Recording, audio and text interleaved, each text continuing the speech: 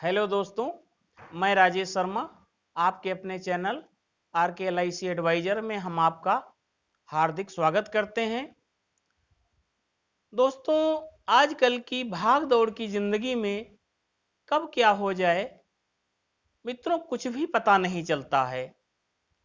और इंश्योरेंस में पॉलिसी हम इस उद्देश्य से लेते हैं कि हमें बचत के साथ सुरक्षा यानी रिस्क कवर भी मिले।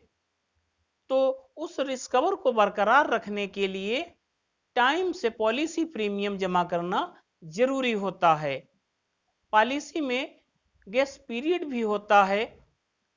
अगर हम मोड वार्षिक, छमाही, तिमाही के रूप में लेते हैं तो हमें 30 दिन का मिलता है, और अगर मोड हम मंथली लेते हैं तो हमें वो ग्रेस पीरियड 15 दिन का मिलता है। इस अवधि में कोई भी मिसहैपनिंग अगर होती है तो पॉलिसी धारक को इंश्योरेंस कंपनी द्वारा पूरा क्लेम दिया जाता है। कभी आर्थिक समस्यावश या भूलवश या अन्य किसी कारणवश हम पॉलिसी की प्रीमियम भरना भूल जाते हैं और पॉलिसी लैप्स हो जाती है, तो इसको हमें पुनर्चलन यानी रिवाइवल कराना पड़ता है, जिसमें एक फॉर्म 680 लगता है और वो हमें भरना पड़ता है। इस फॉर्म को कैसे भरा जाता है, तो इसे जानने के लिए आप हमारे वीडियो में अंत तक बने रहिए। आप हमारे चैनल को लाइक करिए, शेयर करिए, सब्सक्राइब करिए। अगर सब्सक्राइब नहीं किया है तो जल्दी करिए, क्योंकि लेटेस्ट वीडियो हम आप तक पहुंचा सकें। तो दोस्तों, ये है आपके सामने फार्म नंबर 680। चूंकि रिवाइवल एक स्वस्थ व्यक्ति का किया जाता है, तो हम देखते हैं कि स्वस्थ व्यक्ति का रिवाइवल फार्म 680 कैसे भरा जाता है। तो मित्रों, ये फार्म पे ये यहाँ पे पड़ा है पॉलिसी नंबर। तो यहाँ पे हम जिस पॉलिसी का रिवाइवल होना है वो पॉलिसी नंबर यहाँ पे हम डालेंगे। उसके बाद यहाँ पे लिखा है बीमेदार का पूरा नाम। तो यहाँ पे हम जो है यहाँ पे जो भी उसका नाम है, जो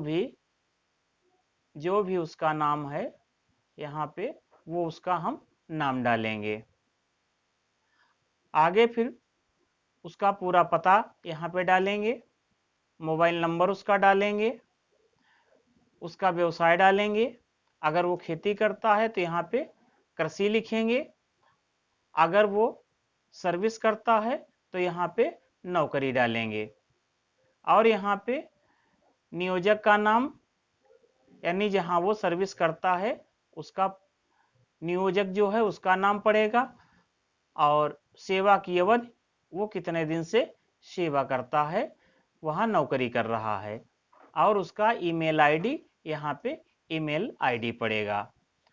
उसके बाद जो है मित्रों, आगे हम देखते हैं कि नंबर दो कॉलम में ये है उपर्युक्त पॉलिसी से संबंधित अपने प्रस्ताव पत्र की तिथि से जो है कि आप कभी किसी बीमारी रोग से पीड़ित रहे हैं जिसमें आपकी 1 सप्ताह से अधिक समय के इलाज की आवश्यकता पड़ी हो, तो मित्रों यहाँ पे होगा, यहाँ पे नहीं, यहाँ पे नहीं लिखा जाएगा।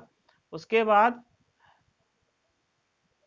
बाद जो है ये जो है नंबर खा, क्या आपकी कभी शल्य चिकित्सा हुई या कभी दुर्घटना या चोट लगी है, तो यहाँ पर भी नहीं होगा, यहाँ पर भी नहीं लिखा जाएगा।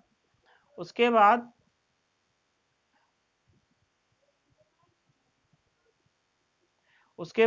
गांव में क्या आपने कभी इलेक्ट्रोकार्डियोग्राम, एक्सरे या स्क्रीनिंग परीक्षा अथवा रक्त, मूत्र या मल की जांच कराई है, तो यहाँ पर भी नहीं होगा।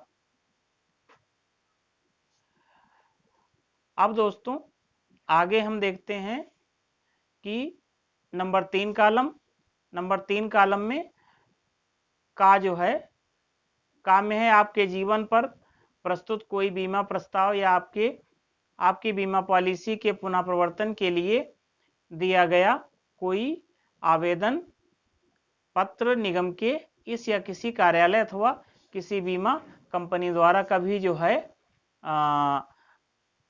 वापस ले लिया गया या रद्द कर दिया गया, तो यहां पर होगा नहीं, यहां पर होगा नहीं।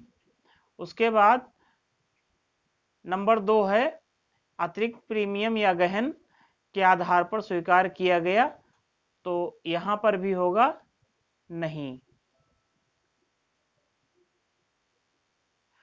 आगे नंबर 3 है स्थगित या अस्वीकृत किया गया, तो यहां पर होगा नहीं।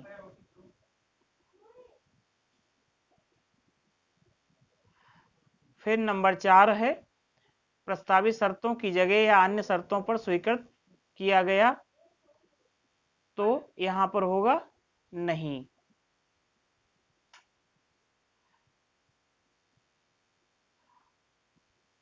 अब मित्रों खा है कि आपके जीवन पर कोई प्रस्ताव या आपकी कालातीत पॉलिसी का पुनर्चलन संबंधी आवेदन पत्र निगम के इस या किसी कार्यालय में विचाराधीन है, तो यहाँ पे होगा ये। अगर हाँ है तो यहाँ पे प्रस्ताव पत्र संख्या पॉलिसी नंबर डालनी पड़ेगी, अगर नहीं है तो यहाँ पर होगा नहीं,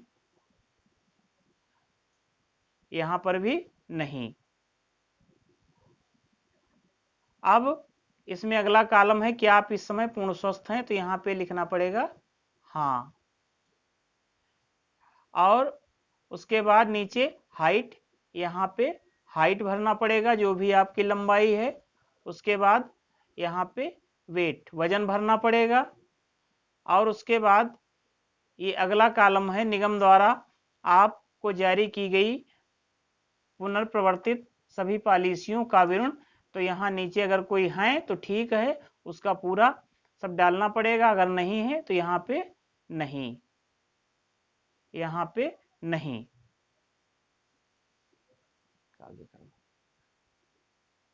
नेक्स्ट 7वां कॉलम महिलाओं के लिए है। इसमें पहला है क्या आपका मासिक धर्म नियमित रहा है, तो यहाँ पे लिखना पड़ेगा हाँ, यहाँ पे हाँ, यहाँ पे हाँ। और फिर अगला है कि आप इस समय गर्भवती हैं, तो यहाँ पे नहीं।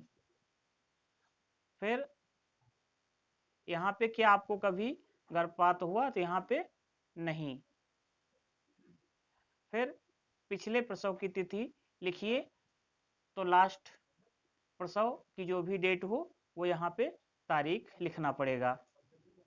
और मासिक धर्म की तिथि लिखिए, जो भी रिवाइवल के 15 दिन 20 दिन पहले की हो वो यहाँ पे डालनी पड़ेगी।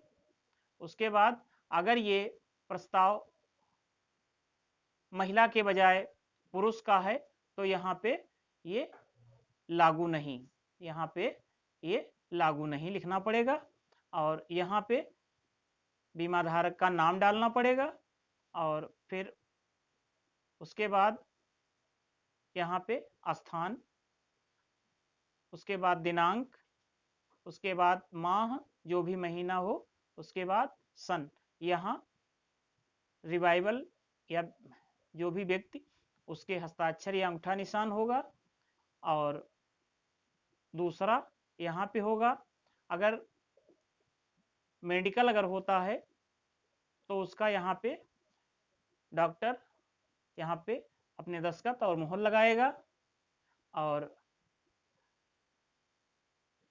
ये अगर व्यक्ति अगर पढ़ा लिखा नहीं है, अंगूठा लगाता है, तो ये फार्म भरने वाला जो भी फार्म भरेगा उसका यहाँ पे नाम होगा, यहाँ पे उसका पता होगा और यहाँ पे उसके हस्ताक्षर होंगे। और यहाँ पे थर्ड पार्टी, यहाँ पे बीमित व्यक्ति का अंगूठा का निशान ऐसे व्यक्ति के द्वारा प्रमाणित होना चाहिए जिसकी पहचान सरलता से की जा सकती हो और वो निगम से संबंधित न हो। तो यहाँ पे घोषणाकर्ता का नाम, यहाँ पे उसके पिता का नाम, उसका पता जो भी उसके गांव का हो या जो भी हो, यहाँ पे मैं द्वारा घोषित करता हूं कि मैं फार्म का विवरण व्यक्ति को, यानी जिसका बीमा होना है, यहाँ पे अगर हिंदी जानता हो तो हिंदी या जो भी भाषा जानता हो यहाँ पे भाषा लिखना पड़ेगा और यहाँ उसके हस्ताक्षर होंगे।